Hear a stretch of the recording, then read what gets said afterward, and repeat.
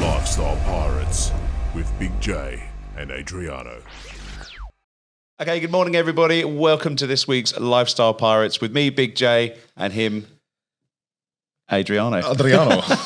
A nice little yawn there, mate. You crack on. No. It's just a bit of a stretch, mate. We're getting into it. Lovely. Well, we're joined this week by a results strategist, Athin Cassiotis, fellow podcaster, author, keynote speaker, and all-round bloody good guy. Mate, good morning. Welcome. Thank you, guys. Awesome to be here, and I'm sure it's going to be an amazing show today. Of course, Thanks for coming on. Of course it will. Thank you for braving the weather. Yes, it's a bit crazy out there today. It's, rain is flying everywhere off the road and everything like that. I think I maybe water planed a little bit, but we're all right. We're Nice. here. There was heaps of aquaplaning this morning. Oh, mate, couldn't believe it. Yeah, well, I went for a surf down Harris Street this morning. It was lovely. Mate, let's get straight into it. I mean, look, you're a pretty young guy. You're a business coach. You've done a hell of a lot. How did you arrive here? What's it all about? What's it all about? Yeah, so if I go maybe a little bit earlier in the journey, it's probably a good place to start, isn't it? Awesome. I love detail. So. That's it. Let's get into it. So I grew up in Adelaide myself, and so it's sort of like a big country town in Australia, for those people that don't know. And it was nice. Like both my parents were teachers, high school teachers and stuff, so always wanted me to study a lot and everything like that. I played a lot of sport from a young age, so soccer or football if you're in the UK or other places. Thank you. And a lot of tennis as well. Won a lot of championships in both, so that was good to get that winning mindset, I guess, from a young age. And then as I got to school, I didn't really like school. I guess I didn't enjoy studying and all that types of things. So then, towards the end, I basically dropped out of year 12, my final year. And my parents didn't really like that, as you can imagine, being high school teachers. So they tried to get me into university. Didn't happen. I got a job when I was quite young at 18 at a big environmental company, which is Veolia. And started from the bottom, so to speak, just in a sales administration role, doing a bit of data entry, then started entering data into the sales report, a few things. And then, the IT guy left and I basically was, showing them some good things. So I got promoted and, was doing all the major reporting for all of 2 Australian states, South Australia and Northern Territory, reporting to the sales manager and all that type of stuff. And I was only just turned 19, at that time, and then helping to implement the new computer system to SAP, which is, one of the big global systems in the world. So I helped do that. Then I noticed the sales report was incorrect with the formulas. So the sales guys were getting incorrect commissions. So I rewrote that. Well, mate, that strikes a few chords. I bet. They were not happy with me, put it that way. No sales guys wrong. Look, if the commissions are wrong, but they're in the favour, you're never going to hear about it. But if they're wrong and they're less they should be, you're always going to hear about it. Definitely. But the business were happy with that, of course. Doing little things like that, quite detail orientated, I guess, and that way. And then, everyone said, I'm a pretty good talker, I think. A lot of people said that to me as well. And they said, oh, you'd be good at sales. But I think they sort of didn't want me to do sales initially. So they was sort of writing me out in the office to do things. And then basically just before, they sort of go, all right, 5 and a bit years later, let's get you to shadow a few reps and stuff. All right. And then just before that, I got a tap on the shoulder from the head office here in Sydney and said, hey, we want you to move to Sydney, our head office, be in the business development department, national BD department, and, we want you to be the middleman with all the national accounts. I thought, why not? It's a good opportunity. So I moved to Sydney. That's been 9 years ago now. And, basically, doing a lot of that stuff, working with all big accounts like Westfield and, so many big things, working on big tenders. So we help win like Department of Defence, a lot of stuff for the analysis and the pricing for that. So good things there. Doing a lot of efficiency projects for them, automating reporting, a lot of other things, helping managing people around the country. So it was quite a cool role where I got to do a lot of different things, in the business. And actually what I noticed the biggest one is Adelaide was it's like a little bubble, right? It's like, this little thing. And you come to Sydney, it's like, it's a big place here, right? Like the pace change, if people don't understand, like when you're in a big city, like it's a lot, right? So I was like, wow, but I was sitting right next to the managing director, and the head of HR and the secretary and all of that. I was like 10 meters away. So I was able to, network with these guys and, we have drinks on Friday and everything like that. So that was a big change. So that was good. And then, I don't know, I wanted to learn more about business and, I didn't go to uni or anything like that. And then I thought, well, maybe I should go to uni. And everyone was saying, oh, what should I do? And then I realized that I could get into UTS, the University of Technology, Sydney, and get into an MBA on experience, as long as I had over 8 years experience. So I ended up starting an MBA while I was at Veolia. And yeah, that was quite interesting. So I had to just get credit averages at the start. I was doing well, and I did most of the core subjects. And then towards the end, they had the management change, and I was very stressed in that period of time. Like I wasn't sleeping very much, and a lot of things like that for about a year. And then I basically was thought, nah, I want to get out of here. And then I was like, I want to do my own thing. And everyone was like, oh, be safe, get another job, do it slowly. And I was like, no, I'm not going to do that. I'm just going to quit my job and I'm going to start a consulting business on the stuff that I did. And everyone thought I was crazy, but that was a big step, right? It's like burning the boats, as you say. And then, did that and went and worked for my old boss for a little while, did some work for him, got a bit of work, but my money was running out. And then that's where I really got into the personal development world. And that's where I think in life, there's always divine timing where things happen for a reason, right? And one of my mates, I was still, running out of money. I had a few months payout with my long service and stuff, leave. And one of my mates just basically came to me and said, I went to this event. I bought a ticket to this, business boot camp. They called me a week before and they said, we've got a few spare seats. You can bring a friend for free. And he called me and said, do you want to go to this thing? And I was like, I'm in, right? I'm like, this is what I needed because, I wasn't getting exactly, I sort of went in blind, so to speak, into my first business, which is not a good thing to do.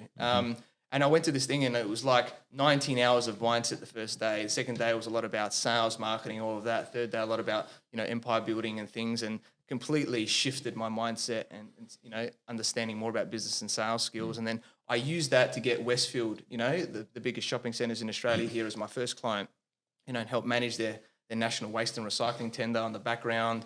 Then I did some work for Coles, one of the big two supermarkets here. Then from that, I worked with Kmart and Target, and I still currently work with Kmart and Target long term on a lot of their strategy, waste and recycling strategies, changing all their stores, how they recycle, all that type of stuff. So it was an amazing shift. So big mindset shifts, but also business shifts, in terms of skills, things like that. So and then basically a lot of people used to come to me and say, Athin, what do you think about this? What do you think about that? And I was always very good at coming up with strategies. And I've got a very good memory as well, and I just learn a lot of things. And then I was like, I actually enjoy this. This comes naturally to me. Why don't I do this as a business, right? So then that's where I started business coaching, mentoring. It's probably been about a year and a half now. And I noticed, like, I made multiple six figures in that business. And I was like, well, a lot of people at the start, I don't know what they're doing a lot of the time. They go into business thinking, it's just going to be easy. I'm going to make all this money. But they don't have the mindset. They don't have all the different business skills that are required, right? And I've recently finished my MBA, and that's great, and majored in entrepreneurship stuff. So there's a lot of skills I've learned from that. But I don't think you necessarily need to do an MBA, but there are some good things there. But there's also stuff that you learn, from my coaches and mentors. I have many coaches and mentors along the way that have helped me. So you sort of get the textbook knowledge, but you get the real, street smart, actual business knowledge, and you sort of put it all up together and say, well, I can help people like that. So that's the journey. So I'm kind of curious because you dropped out of school. And why did you drop out of school? I didn't like studying, right? So we used to have whole semester assignments, like half-year assignments. I would do it the night before. That was me. Don't think you're alone there. But I get good marks for it as well, right? I don't know. I back For not myself. even trying. For not even trying. Brilliant. I would just get all my information I would have. I would just have what are the articles, and I literally do an all-nighter, literally, and then I'd hand it in and I would get good marks. So that was the way I sort of got through. But there was they had a bit of a teacher change. They were sort of failing a lot of the class on one subject, and there was all these issues that were happening. And I was like, this is not right. Like, I'm not going to get the mark that I want to get. And I just went, screw this. I'm not going to, go down that path. Yeah. I thought, well, there's no one way of doing things. A lot of people say, we should be get a job, get married, have kids, and do all this thing. It doesn't always work like that in that order. So I just backed myself that, and it was funny actually, when I went to this uni course that my parents got me into, they said, we want you to learn this and you can get into uni. And I wasn't trying, right? And I did this math subject and I was good at numbers, but I didn't try and I failed it. And then my dad's like, you got to do it again. And if you do it again and you fail, you got to get a job. That's literally what happened. And it was over the summer, right? And I'm in Adelaide enjoying the beach. Yeah. And I got 49%. Oh. right? But I think that's divine timing, right? Like that was telling me that's not what you need to do right now. You need to go out, get some experience and things. So It's a good way of looking at it. Yeah. Well, that was the kind of reason for the question, because you've obviously then gone through a bit of industry, got a job, then doing the studying a little bit later on. So I was curious to see what you didn't like about the studying at school. But as you said, maybe it's just timing. Yeah, it was hard to do the MBA. Don't get me wrong. Like I'm not necessarily built for studying in that system, but I had an outcome. I think because I was like, I want to learn more about business. I'll do what I have to do and everything like that. You push through the uncomfort, basically. So what was some of your things you learned, I guess, working at, I'm going to pronounce it wrong, Veolia? Yeah, you did well. Thank you. So what were some of those bits? Because you've obviously taken them into your business now, and that one can imagine you're putting those strategies into place for other people. What were some of the bits you learned? Yeah, like I think a lot of automation and things like that was key, right? Like how do we make processes more efficient, right? So I learned that a lot. It's like we're doing things this way. How can we look at it differently? Things like that. So that's what I learned early on in what I was doing and looking at numbers and how do we automate certain things. So that was that. Understanding the computer system side of things was quite interesting. So my parents, I was, I'm not that old now, but from about 6 years old, they took me to a place called Future Kids so I actually started learning off the original Windows 3.1, the blue screen, right? Classic. Yeah, you remember that? Before we had all good stuff. So I did get an opportunity to learn from computers. So, it's like kids today, we're on iPads and everything like that. So because of that, I was good at systems, I think, naturally. So I would look, with any system, it's all just like a bunch of tables that have relationships to each other. So once you understand that about a system, it's any system, right? Then you can understand, okay, what's the relationship? How can we make this link together easily, right? And whether that's within one system, whether that's within multiple systems, things like that. So that's how my brain started thinking about how can we, create those relationships to be, more efficient, basically. So that's a lot of things I learned in Adelaide. And then I think in Sydney, that's where I got some big ones where I was learning more about the personal side of things, about connecting with people. The power of networking, as you guys would know, and most people out there is most important, right? How we connect with people. People buy people. They don't buy products and services a lot of the time, right? Because there could be 10 people that sell the same thing. Why are they going to buy you? So how do you, portray yourself in the best way? And it was interesting. A lot of people were scared of the managing director. Like he wasn't like a scary guy, but he had a presence about him. He would go out, dinner with politicians every night, and it was just a very, he's got his own yacht and all these types of things. We used to get on the yacht, which is pretty cool, and take the clients out and everything like that, and have some fun and some drinks, which is nice as well. Now we're talking. But what I said to myself is, these people are just normal people, right? They're not like, why put them on this pedestal? And he would go around, and he was quite witty still. He was at an older age, closer to the 60 mark. And, he would make a little joke, people would just laugh, and that's it, right? Or, they just wouldn't do anything. What I would just come back and I would create my wittiness, right? And I would just I'd make him laugh, right? That was the difference. So he would always come over to me, and I'd have a bit of a laugh with him. I'd even sometimes just go into his office and just close the door, just rock up and just have a bit of a chat with him, and stuff like that. So you start to build a relationship with these people in a different way. And I think that was the key thing that I got from there, that everyone's there no matter what level. And then when you understand personality types and things like that later, and when you do more, then you're like, it's actually quite easy to connect with people. Wow. Okay. Very good. Very good. So what is a business coach? What are you training? Yeah, that's a very interesting question. And there's a lot of different types of business coaches, right? There's not just like one cookie cutter approach, because everyone's got different skills and experiences. Some people might focus on certain areas, right? So like with me, because I've got such a broad range of knowledge from my MBA, my own coaches, my own business, I do basically all the areas of business, right? So, let's say looking at strategy, right? Like I always look at strategy to start with, like what is a strategy, whether you haven't started the business yet or whether you need to pivot what your current idea is, right? Maybe it's not the right way exactly to go down. Then like mindset can be part of business coaching. Not every business coach does mindset, but I look at mindset as well, because I think mindset is the most important thing, because I can teach the same strategies to 10 different people, but I'm going to get 10 different results. And the key reason for that is because of their mindset. They have different limiting beliefs, other things that they've grown up with, things like that we have to overcome. So that's part of it. Now, people just do mindset coaching as a separate thing, right? Like life coaching, but I do that as part of the business. Now, then you got to look at like branding, right? So there's branding elements to business coaching. You know, there's marketing, obviously. There's sales. You got to know your numbers. You know, accounting and finance. You've got to know like leadership stuff to be able to lead people.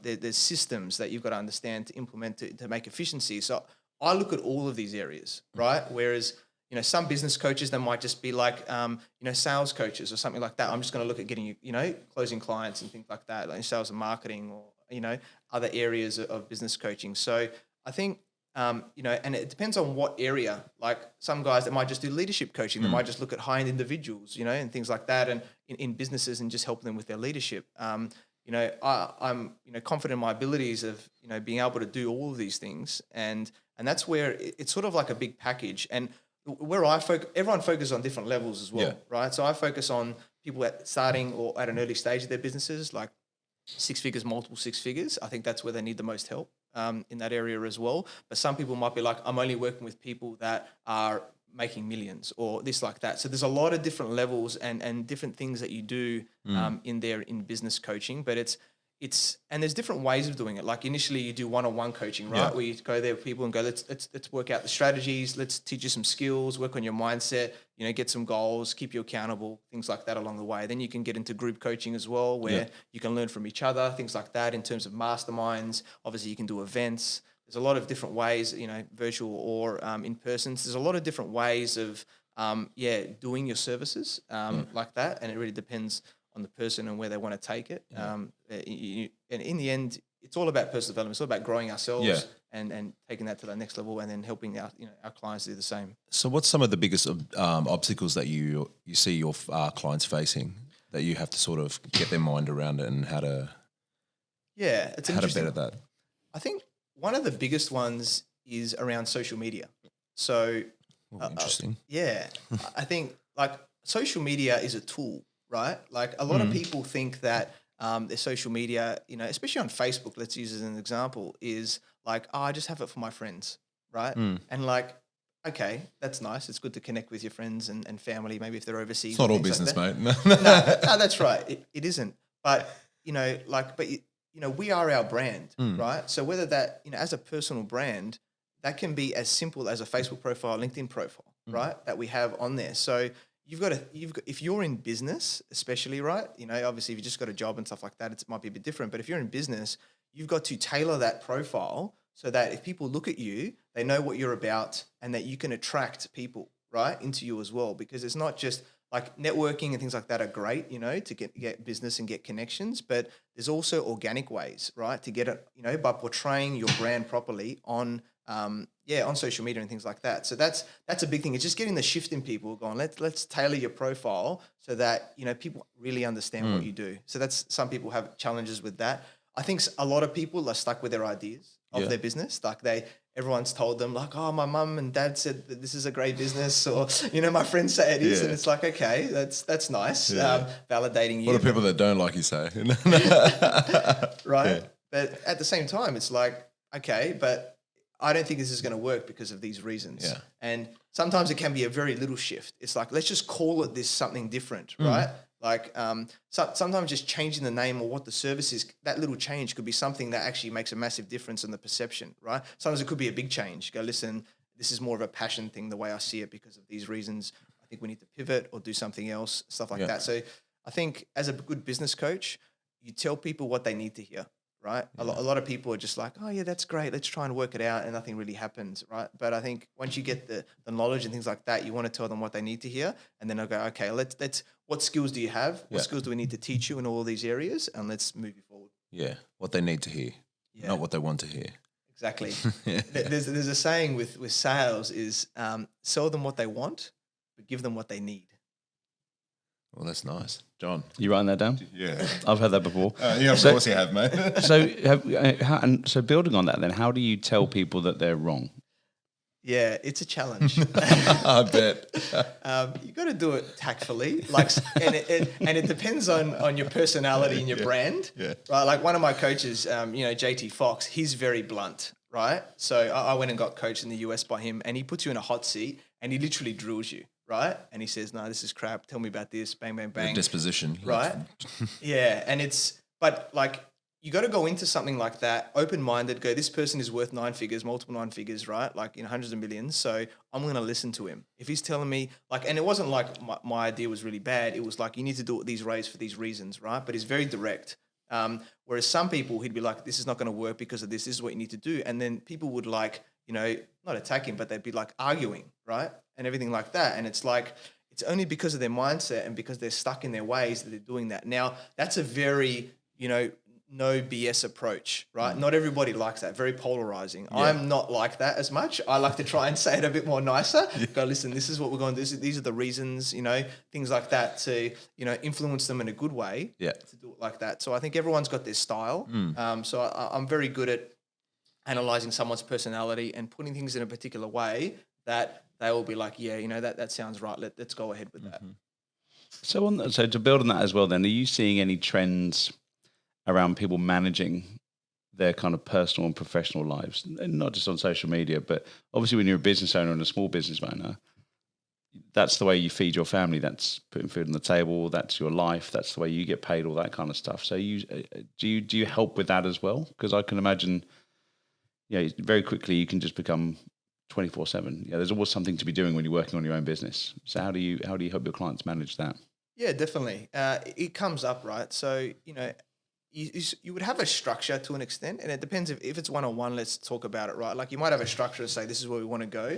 But at the same time, when you go into these sessions, it's like, what's going on for you? Like, and then it might be like, I just feel burnt out, or I've got these issues in my family, or things like that. So, all right, let's deal with that, because that's the most important thing. That's what a good business coach will do, right? It's not just about let's get you the results in the business. You've got to get the mindset right. You've got to get their family situation or whatever the situation is right as well. So, I help them come up with strategies. Like it could be, a lot of people don't like to plan too much. And I say, well, you sometimes have to plan the time that you don't want to plan, if that makes sense, like your downtime, right? Everyone needs to recharge and things like that. So don't just work 7 days a week, because you are going to burn out after a while. So, have that day on the weekend or whatever it is, or it could be at night, you finish at a certain time. Give yourself those boundaries, or give them other strategies of how to make them more efficient so that they can get more time back, or other areas, or, work through mindset. So I've done like NLP, neuro-linguistic programming, you may have heard of. It's all about your model of the world and the mind. So there's a lot of strategies in NLP that you can use to help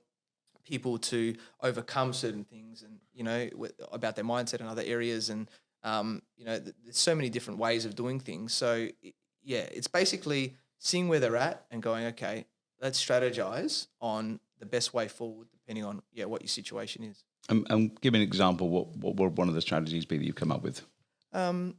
So it could be like, if they're like at a really early stage of their business, they might literally be doing everything themselves, right? Like when they first start. Yeah. And one of the first things I would say is you need a virtual assistant, right? And if you're in Australia, a lot of the things, we use people that are close to us, time-wise, which is like the Philippines, right? That's a lot of people use virtual assistants in the Philippines. It's like, okay, well, let's get you a good one so that you can get rid of a lot of these admin tasks that is not really, they're not revenue-generating activities, right? They're not delivering the service to the client. They're not building the business, right? So let's do that, because what's happening is you're spending your time at night or your time on the weekends, doing that. So let's get you the VA in, whether it's full-time, whether it's part-time, depending on, where you're at in your business. And that way, that's going to free you up. Even though it's going to cost you a bit of money, it's actually, you're going to be able to have the chance to relax more, be more energized, and then make more money, right? That's one example.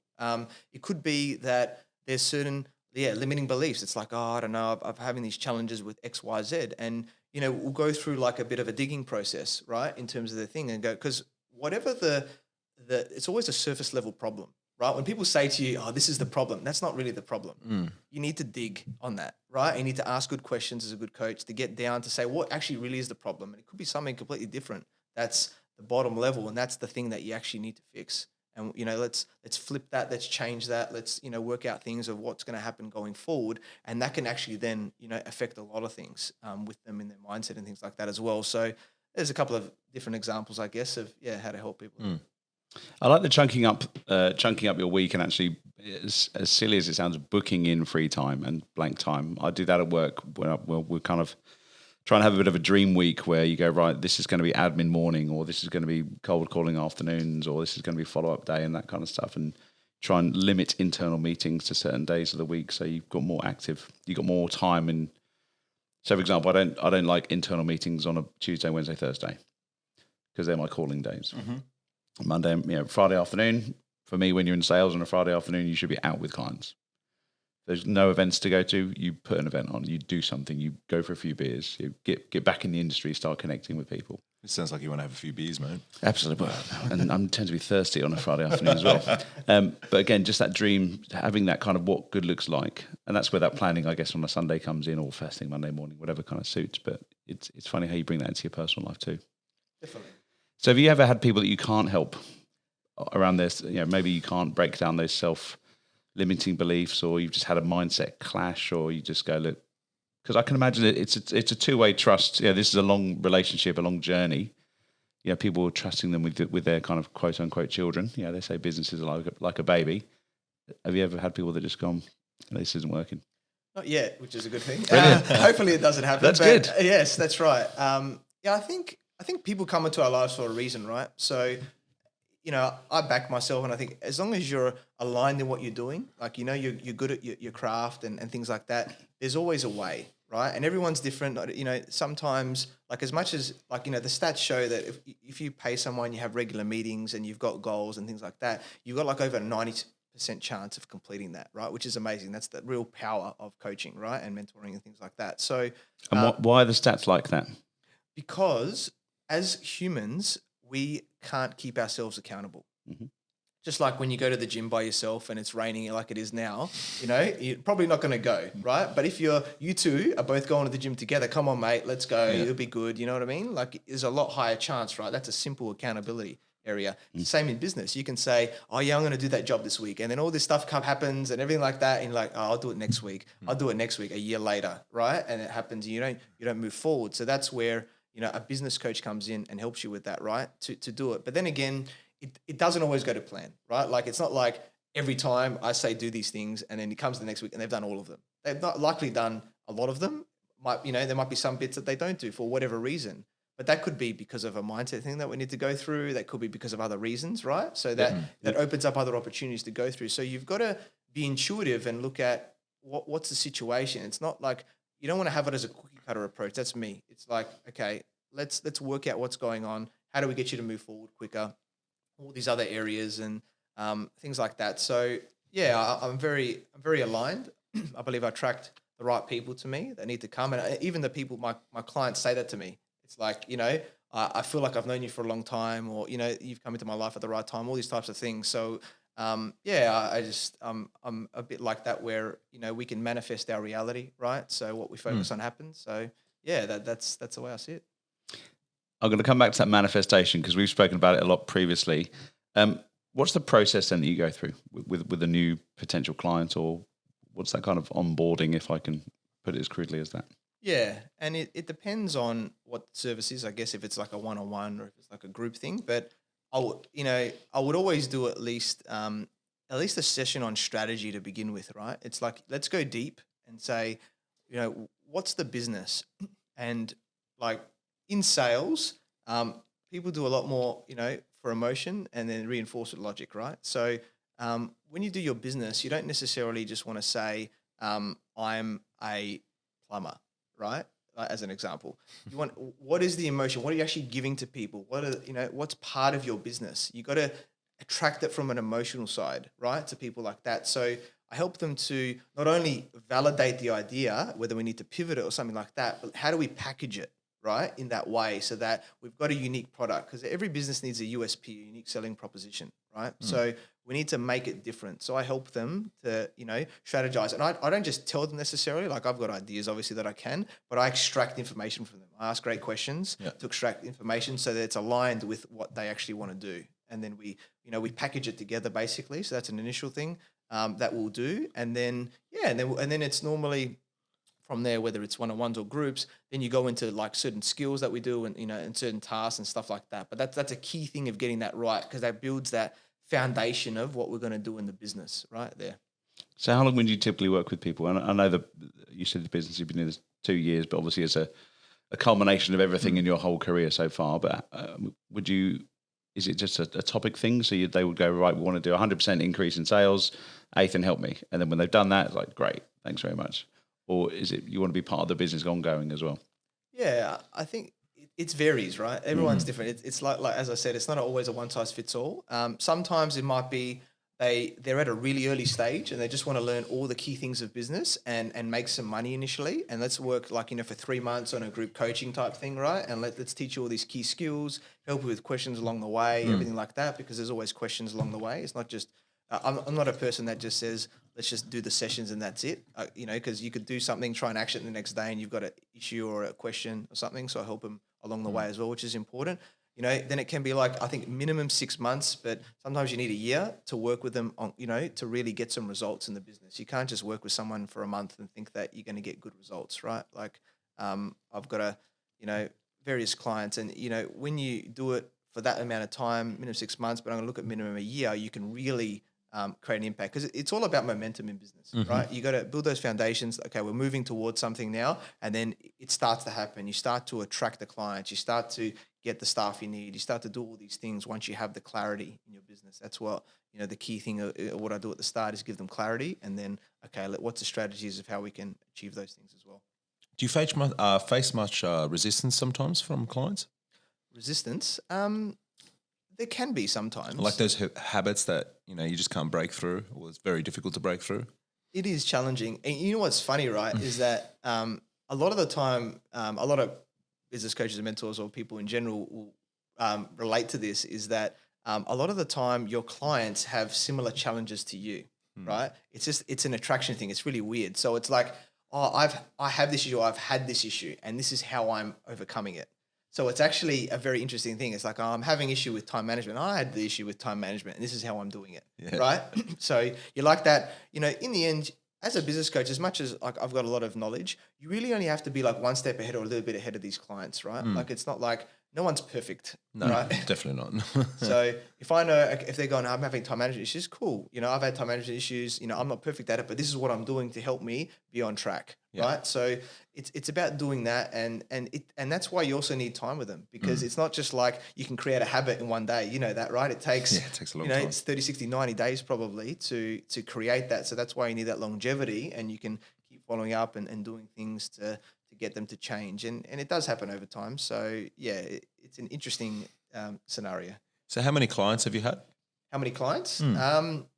I've had overall, I've had over 10, I'd say. Because I've got another business still as well, right? So I'm not going full time in it. So what's the other business? This is my waste management consulting business. So when I left Veolia, I created that waste management consulting business, and so I still currently work with Kmart and Target there today, and with all the waste and recycling strategies. And that's good, and I enjoy that. It's I know that I've worked at Veolia for over 10 years. It comes very naturally to me. I think the difference is with the business coaching mentoring that that is more purposeful, and I enjoy it to an extent a lot more, right? It just I'm very good at coming up with strategies on the spot with certain things. So I guess it's an interesting situation with when you've got multiple businesses, you've got to be able to manage your time. Okay, how much am I putting in this? How much am I putting in this? You don't want to overwork yourself too much, but at the same time, you want to build it, and then you got to determine am I going to scale this? Am I going to drop this down to do this? So it's a bit of a balancing act there. So I haven't gone too hard with the coaching because I need to make sure I deliver for them as well. Of course. So it's like that. But and I've had a variety of businesses. So I've helped other coaches in different areas. I've helped consultants in different areas. I've even helped healers in there. I've helped product businesses, getting a products out there. I've helped building a product now from scratch, right? To get investment and stuff in, to pitch to investors and stuff like that soon. Helping a trades business, nutrition business and everything like that as well now, from not being able to have a proper apprentice, got 2 apprentices and 2 vans now, and that, within 6 months and stuff like that. So, great results and getting other, to get clients in. So, business is business, right? The foundation, everything of business. Yes, there are certain specifics for each industry, but that's where having exposure to things helps you, right? So for example, like with JT Fox, my coach in the US, he's a machine. I've never seen anybody he's got the best memory in the world. He can see you a year and a half ago. He'll remember you from you being in the third row, you were wearing a red top, your wife was wearing this, like crazy memory. So you can imagine when he's seen so many businesses and his memory is that good, he just knows everything about every business. Yeah. So when I was in this, mastermind at his house getting coached, I was looking at all that, writing all the notes down. I've got a very good memory. No one near like his, but I have a very good memory. Yeah. And then I'm on weekly coaching sessions with him and I'm seeing all the questions come up and putting myself in that situation. My brain remembers all these things, right? So that depending on whatever situation comes up, I can access things and go, yep, this is what you need to do. Wow, like a Rolodex. Bit like that, yeah. Yeah. So JT Fox described you as saying that you had the it factor. What is the it factor? That's a good question. I think, I think I'm naturally influential and can get my points across quickly, and I just like I know how to connect with people really well. Like I think networking, connecting with people is one of my biggest strong points, but it's also how do I deliver the message? How do I bring my energy to the situation? And everything like that. So I naturally, connect with people. So you don't necessarily want to be liked by everybody, but people can resonate with me, right? They go, okay, I want to know more about Athin. I want to connect with Athin and things like that. So that's a big difference. Not a lot of people can, speak and, do podcasts like this, right? Like you guys are amazing at what you do, right? And facilitating this and everything like that. A lot of people... You can come back. But a lot of people are scared of doing this, right? Yeah. Scared of speaking and all that type of stuff. Some people find it more naturally than others. And not saying that, I'm amazing, but I think it comes to me more naturally. Yes, I still have to build the skills. Yes, I'm not perfect, right? And I'm still building that. But that area of me to be able to influence people in a good way, to get them to take action and things like that is, what I have. Yeah. So on the note of podcasts, you do have the Business Growth Show, which has been going over a year. Mate, you've had some heavy hitter names on that show. How did that come about? Yeah, I've always thought about a podcast, and it was interesting because I was on a group coaching call with JT, and I was aiming to, I was being strategic in asking great questions on these calls, right? So that he would notice me. Like he'd met me at his house once and whatever, but he's got thousands, I don't know how many clients, tens of thousands of clients, right, from around the world in 87 countries. Give me an example of a strategic question. Well, let's put it as like a high, I can't even remember because it was a while ago now, but like a high level question. Like some people might go on is, I'm having trouble with this client or something like that. And like, no. How do I do a question that's like at a higher level where he's like, wow, okay, that's an interesting question, right? So I don't know. I'm just trying to think of what it could be. It's like, I'm working with both businesses. I'm looking at building, I don't know, let's do something in waste because I know waste very well. There's waste to energy is a big new thing. There's this facility that is worth 500 million, but I've got to look at these two guys to put it in. I'm trying to see if I can broker a deal where I can get a cut out of this by putting the builder in, connecting the person, everything like that. When you start thinking big numbers like that, and it's like, okay, wow, this isn't talking about a $5,000 client. No. This is talking about a facility that's worth 500 million. Yeah. All of a sudden, something like that piques his attention, right? So it's about when you connect with people like this is, how do you stand out a little bit? So that's just an example, a simple one that I could do. So I asked strategic questions, and then literally what happened was, and he literally messaged a lot of people. He's crazy with social media and stuff like that, I can direct message people. And I asked these great questions. As soon as that group coaching thing, Global One, finished, he messaged me straight after and said, you need a show. And he's got a million Netflix platform that has tens of thousands of paid subscribers, a lot of people. And I was like, okay, message back and forth. I've been thinking about it. I'm thinking about this, confirm the name, what I want to do. I started within 2 weeks. He goes, be the first person on your show. I interviewed him first. So I, impressed him, right? And then it's like, okay, I can use that. Then there was another guy that worked with him, Reggie Batts, who used to work for Tony Robbins for over 10 years. In 5 of those years, he was in his executive committee. Amazing guy with mindset. So, and I met him as well. So I interviewed him next. And then it's like, okay, who are some of the people in this network, my network that I can build. And then you sort of go from there and got some amazing people. And, it's all about networking, right? With how you get people on the podcast, how you've connected with people, when you ask people, things like that. So I've had some amazing people, like you said. So I've had like Bruce Buffer, the official announcer of the UFC fighting. That's awesome. Right? He's amazing. And I've had Jillian Michaels, the biggest loser in the USA. She's amazing as well, amazing woman. These people are awesome business people, right? About what they've done. I've had like George Ross, who was, I don't like to talk about politics, but I'll mention it because it's an interesting one about looking at things objectively. So he was Trump's right-hand man for 47 years before he was president, right? As soon as he was known, he told him not to go for president and he got out. But a lot of people don't like Trump, right? And I don't talk about politics, right? I don't like to talk about it. But I look at people logically from a business sense, right? And it's not like we can't let our emotions take over whether we like or don't like someone. It's like, what value can I get from this person? And you look at some of the deals that he's done, and George Ross was the guy that was creating all these deals. He's 93 years old. You should watch this episode. He's a machine, right? Still with his mind and everything like that. So quick.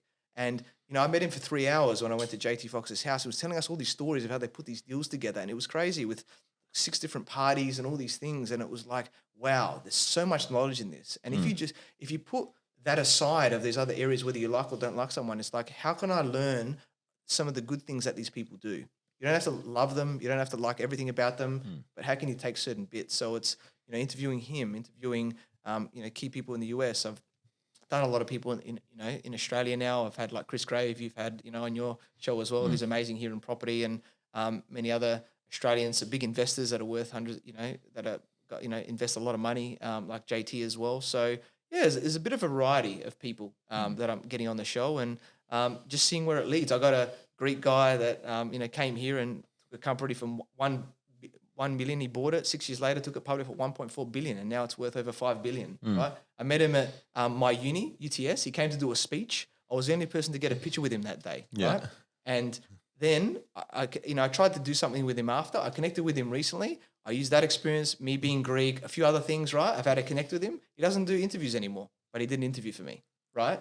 Nice. So that's awesome. That's when you're good at influencing people in a good way to get their message out, and everything like that. So as a podcast host, you guys are amazing at that as well. Obviously, how do you get people to come in and share their their knowledge, their worth, their story, whatever it is, to get there. So yeah, it's been an amazing journey. How did you come across this JT Fox character? It's interesting. So I saw him a few years ago, right around the start of my business when I started to get into personal development, and he came to do Gary Vee. You've probably heard of, right? Swears a lot. Yeah, he does. So he, part of Success Resources, which are the biggest guys that bring all the big guys down. There was a big event with a few different speakers, and Gary Vee was the last one, and he was second to last. And that was the first time I'd seen him, and I wasn't there to go to buy. It was like my first sort of event that I went to, and I was like, this guy's interesting. Like, he's very confident. Some people might call him arrogant, but he knew his stuff. Like, bang, bang, bang. And I was like, okay, that's interesting.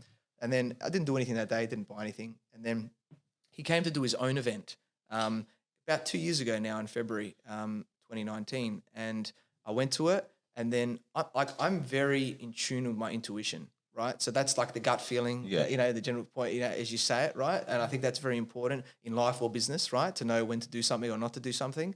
And because I was there and I'm listening to him and he's telling me about all this stuff, and I was like, he's like, oh, just buy this little USB for this sort of stuff. And I was like, okay, it wasn't much, right? It was quite cheap. And I'll do that. And then he talked about this thing about going to his house and being coached. And I'm there and I was like, I don't necessarily have all this money right now, but I was like, something's telling me to do this, right? Like I had this feeling in me. And I'm telling my partner's next to me. I bring her with me to these business events. We're on the same page. I'm like, I don't know what it is, babe, but my intuition, it's telling me to do this, right? She's like, all right, do it. So I went out. That's awesome support. Right, it is. Had a chat outside and, worked out a little payment plan and stuff. I didn't have the pay in format, which is fine. Worked that out, bang, and, did that. And then he came back again in August. And so when I spoke to them, they said, you can go to his house, and he does it at his house in Florida, but he did it like in Bali and Thailand and stuff as well. But they said, if you do it just before the end of the year, just before his big event at Mega Success, you can come and do that at the same time in November. I was like, okay, cool. Yeah, that way I can do that. Then I can go to the other event. I had a free ticket to be in the crowd. I was like, I'll do that. Even though it was like a long time away, I did it. Then he came again in Australia in August in a 2-day event, and I got that as part of it. And then he was talking about being on stage at this Mega Success. And I was like, wow, then the intuition came back. It's like, you have to do this, right? And I was like, all right. And it wasn't cheap, right? And I won't go into the cost, but I was like, I don't have this money right now, but I'll find a way. I'm going to go in there. I went into the mentality, like, I'm going to go and speak to the strategist there, and I'm going to make this work. I'm going to say, I've got this much amount today, and this is what we're going to do. This is the plan. That was my thing. It was like, there was no ifs or buts about it. I'm getting in this thing. And that's just what I went in, and then it went from there. So I won't ask you to give me the exact number, but are we talking like 0 to 5? I mean, we're talking hundreds, thousands. What are these? What are these things are? No. It's not hundreds of thousands. It depends, right? Like, I was a bit different because there's a lot of different packages that they get, right? So it depends on what you do. Sometimes things can be 0 to 5. Sometimes it can be 5 to 10. Some things Thousand, yeah? Yeah, thousands. Right. Some things can be, 20 to 30. So, you know what I mean? Things like that, right? Okay. So it depends on what it is, or more than that. Yeah, and what's included, because he always changes his packages. Yeah. So but that's pretty good as well, because I guess if you're outlaying that kind of cash, to go back to what we were saying earlier on around accountability, you're going to do it. Yeah, that's true. You're gonna follow whatever that is, and you're going to go to every single event. You're going to do stuff. Again, if you've got a gym membership but you've got a PT and you're paying the PT, you're going to go. Exactly. If they're going to charge you, yeah. When you pay attention. Yeah. Oh, nice. Yeah. So you were kind of drawn to him by just his energy, his confidence, which that obviously resonated with you from that side of things. Yeah.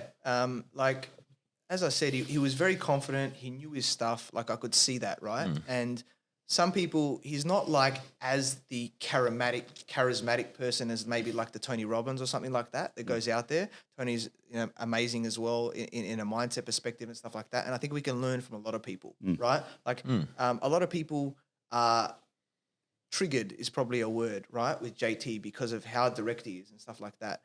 And I was speaking to a lady that was on a call with him. She was like, I don't know about it. And I was like, what do you want to get out of him? I want to learn these things. I go, well, go in with a mentality to learn that stuff. Don't care about these things that are, clouding your judgment about him. Go to the person for what they're going to give to you. When she went into that, now she's being, she goes, thank you for changing my mindset. Just a little discussion with her of how she can get more out of people. So I think that's what you've got to do with these people. And I knew for business, I think he's got the best business mind for knowing so much. Like, I've seen him, like, you say you need 15 minutes in a chair. Within like 5 minutes, he's come up with like the name of the business, 7 strategies of what they're going to do, all this sort of stuff, just bang, bang, bang, bang, bang. And then it's just like talking for the next 10 minutes, right? About different things. Like, he's so quick that it's like, I need to learn from this guy. Yeah. So that actually is a very nice segue into manifestation. Talk us through that, because I know you're massive into this. Yeah, it's a very interesting topic. And I think we manifest everything in our life, right? Everything in our life is a choice. All the good things and the bad things, unfortunately. So, with manifestation, you got to be extremely clear about what you want, right? In it. So, and there can be other areas like, let's talk about a general sense, maybe like having like a vision board, right? That's a lot of people do, because having the visual element of something can help you to manifest it as well, right? And writing it down is very important. Having specifics about what you want to manifest. Don't just have a picture of a car that you want, right? Like, I'm going to have this car, at this particular year or this particular date or something like that. I'm going to make this at this particular amount. I'm going to go on this holiday at this time, something like that. Like, make it really specific and have it front of mind. So that's at a general sense, I guess. And you've got to really feed yourself into that, but then you've also got to put in strategies as well, right? And go, okay, this is what I want to manifest. So that's from a visual perspective of getting it into yourself. But then there's also, you need to take action, right? It's not like, I just want $1 million next year and just sit on your ass all day and do nothing. I manifest to win the lottery. That's it. Like, I've got an amazing story with my partner. It goes for a little while, but I guess the key thing for that was being really clear on what I wanted from her, right? Like, I went to a group meditation event and, it was like, what's the biggest thing holding you back? And I was, long story short, I had, how do you call it? Like, I already done a lot of personal development. And the thing was, so I broke through some stuff just before that, but I was like, I've always made excuses about a girlfriend. And then I was single for 10 years. I had some girlfriends when I was younger. And then it was like, okay, well, how do we flip that? Okay, well, what's my perfect woman? And I went and said all these things, and I went deep. I was saying 30 to 50 different things at least, probably, right? In this, music on, eyes closed, visualizing, all that type of stuff, right? On what I wanted, really clear. And it's not also, this is the key thing, right? Everyone just thinks, what do I want? But it's also, what don't you want? What are the bad things that you've had in the past, if it's a relationship or other things, or that you've learnt from other people, and do the opposite of that. That is really important with manifestation as well, for something specific, right? So, what you want, what you don't want, do the opposite and say those things, say it with a lot of, power, whether you're meditating, whether you're putting in vision stuff, writing it down is really important, right? And doing all of that. I told this process to my fiance's mother. In 3 months, she manifested this man, right? Doing a similar type of thing, right? On what I told her. So it works when you have the clarity because we are receptors. We're energy as humans, right? We receive information and there's information out there, whatever you believe, I guess, stuff like that. But basically, there's a higher power, right, that we get answers from. So we need to be able to have a lot of clarity to tell that what we want, and then that can get attracted to us. So you manifested, just to put that together, so you basically manifested meeting your ideal partner, which you're now, Yeah. I'll have you told her that story? I have. Well, did you kind of go, I'll hey, just so you know, you got a 49 out of 50 on my checklist.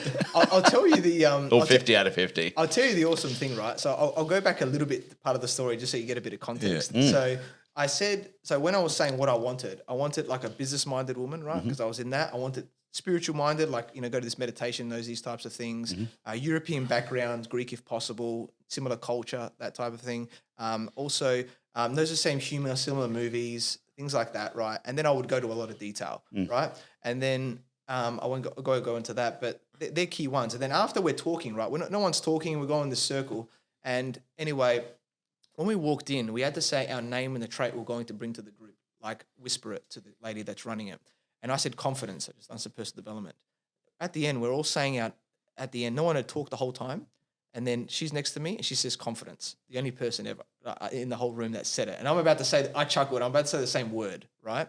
And I say it to her, she looks at me all weird, it finishes, I looked at her and I said, that's not a coincidence, we need to have a chat, literally, right? What? Smooth. Yeah. Wow, right. Smooth. I like it. And then when I say this story and she's next to me, she's like, who's this like dude, trying to pick me up or something like that, Who's got confidence, right, exactly. And we're chatting, it's like, oh, what do you do? I got my own waste management consulting business, I got my own branding graphic design business, I'm going tick in my head, tick for spiritual, what's your background? I'm full Greek, I'm half Greek, half Italian, tick in my head there for... It's a tick. Tick.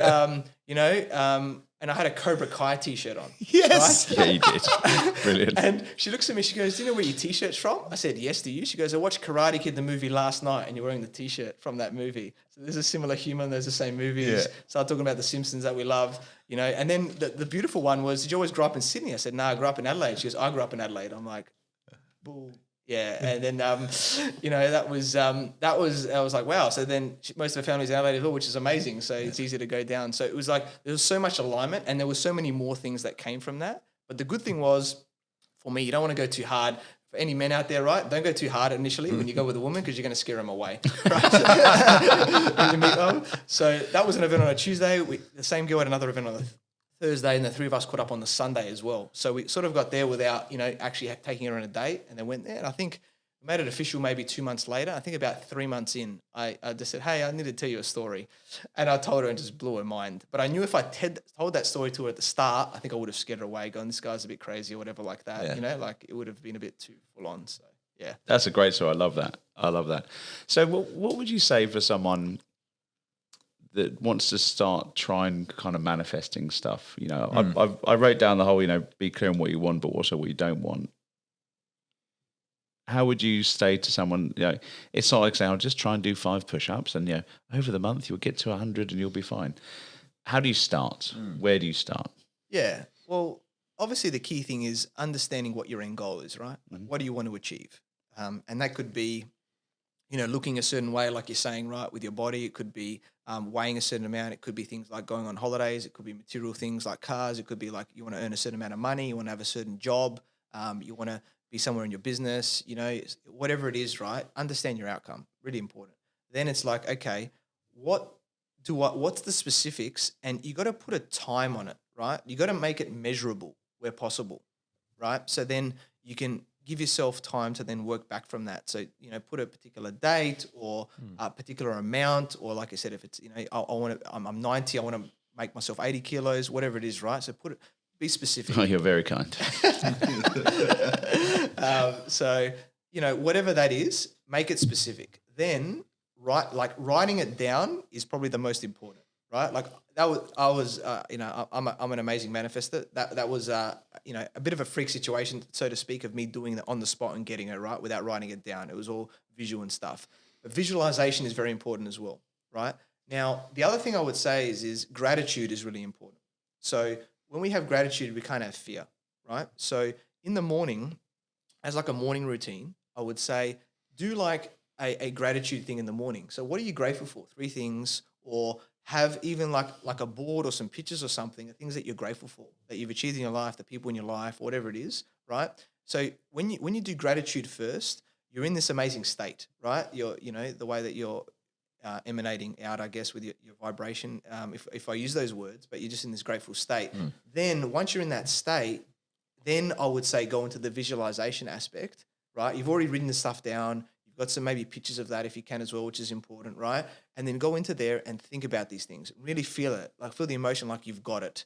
And the key thing as well, always, is believe it that you've got it now, right? And it's the same with beliefs, right, as well, that you have, and it's the same with manifestation, but you've got to believe you've got it now. Yes, you're saying you're going to have it at a particular time, but like, let's just say, I don't know, as people, it's materialistic, but like, let's say you're in a pile of money, right? Like, because you want to have a certain amount, like imagine yourself in the pile of money. Imagine yourself in the car that you're driving, right? Hopefully, if you're going to do a car, a good thing is just to go for a test drive in it. So you can get the visualization as well, right? In your head. So it's easier for you to remember it, like really. So be in that moment and have it in the now, right? And that's really important, because what happens is that when you believe it in the now, then it's like, and you keep doing that, the universe catches up and going, okay, this is like happening now. So I need to make this happen in this person's life because they believe that this is happening now. There you go. That's pretty deep. I like the whole take a test drive in the cars just so you start to remember. Don't give me ideas, champ. I love it. I love it. Mate, you've also, I was looking at your LinkedIn profile. You got a book, The 6 Keys to Bulletproof Business Mindset. Yes, I do. As I was like touching on before, I think mindset's the most important part in business. So from, myself, from what I've learned from other people and everything like that, I've put this, just really concise book. It's not very, but it's quite short, just gold in there, and saying what are the 6 keys, right? And doing things about, flipping your beliefs and about persistence and a few other things like that, about your mindset of what you need to do to be successful in business, right? It's you can't just float through business. You need to build that bulletproof type mindset, because business is not a straight line. It's up and down, everything like that, right? There's, anything in life is like that. There's always challenges along the way. So you need to be able to have that bulletproof mindset that go, it's all right, doesn't matter, that happened, I'll learn from that, let's keep going. We keep moving forward. And if you never quit, then you always succeed, right? So it's about building that, and it's quite, small and everything like that. So it's on my website, athincassiotis.com. If you just go there, you can get it there. And I'm actually going to do it in an audiobook soon as well. Actually, that's the plan. So will you do the voice? Yeah, yes, I'm going to do that. Of course, I'm going to do that as well. It's not massive, so that's what I thought, because a lot of people, it's good to read it. It's actually very visual and it's not very big. It's only like 10 pages, right? As I said, just gold and everything like that. So really quick and easy to read, which I did on purpose, instead of making something massive. Because if someone gets a 50, 100-page ebook, they just don't read it, right? So that's that. But also I can do 10 pages. Yeah, exactly. But having the audio as well, like audio books and stuff are big these days. So I thought that'd be cool as well. Brilliant. Awesome. So, mate, we're just going to wrap up very shortly. I want you to manifest this next question, all right? So you've got a table booked for 4. So you're one of them. So you can invite 3 guests. Who would you manifest to be there and why? Dead or alive? Dead or alive as well. Well, they'll be alive at the dinner table, but... Yeah, I know what you mean. It could be anybody in the past as well. I love it. That's a very interesting question. Something that a lot of people don't know about me is that I actually enjoy dancing, right? And I taught myself how to dance. And what I like to dance to is Michael Jackson. Yeah. I think he was amazing, king of pop. Yeah, for sure. Right, and the songs that he had. So whenever that comes on, I bust it out, so to speak. So awesome. I would love to have him there because he's just amazing in that type of way. Other people as well. It's a tough one about who I would want at that table. I think if we're looking at somebody today that I think is just an amazing mind that I would love to tap into is Elon Musk. Like I think he is just on another level in the way that he thinks and the way that he does and everything like that. I think he'd be amazing to have there. With what he's doing, he's really disrupting in a good way about what he does. He just doesn't care and does his own thing and stuff like that. So he'd be really cool to have. The third one, that's an interesting one about what I would do.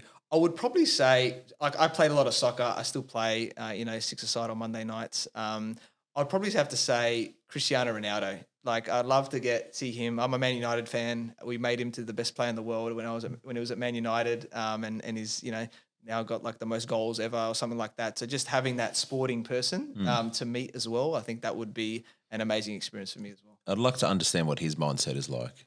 It would be intense. Massive. Apparently, like I've heard that he rocked up at 17 or whatever to Man United and he was telling everyone he's going to be the best player in the world from day one. Right. And he was like nothing from then. He was manifesting. And he was so certain in what he was going to do. And when you have that mindset of just being so certain, then it's basically just going to happen as long as you put in the work. Yeah. Very good. It sounds like a bloody good dinner. Very good, mate. Well, look, thank you very much for joining us on Lifestyle Pirates. It's been an absolute pleasure to talk. I think if we'd have had a shot every time you said mindset, we'd be on the floor by now. But I think that's something that's definitely come up in the podcast over the last few, nearly a year, is the mindset side of things. And I'm going to try and manifest some stuff. So watch this space. Might be sitting in the car near you soon, San. Yeah, I'll manifest the 6-pack. Can I just say one thing? Yeah. Don't use the word try. I am going to manifest it, right? So Did I say try? He did say try. Right. So this is where a coach comes in, right, is understanding Nice. the language that you're using Yep. to be certain on what you're doing. So I just thought I'd mention that. I will manifest things. That's Right. Marvelous. Thank Mate, you how very much. how can people get hold of you? Me? Like I'm on all the social media platforms, like, Facebook, Instagram and all of that as Athin Cassiotis, or probably the easiest one, athincassiotis.com. You get all of that.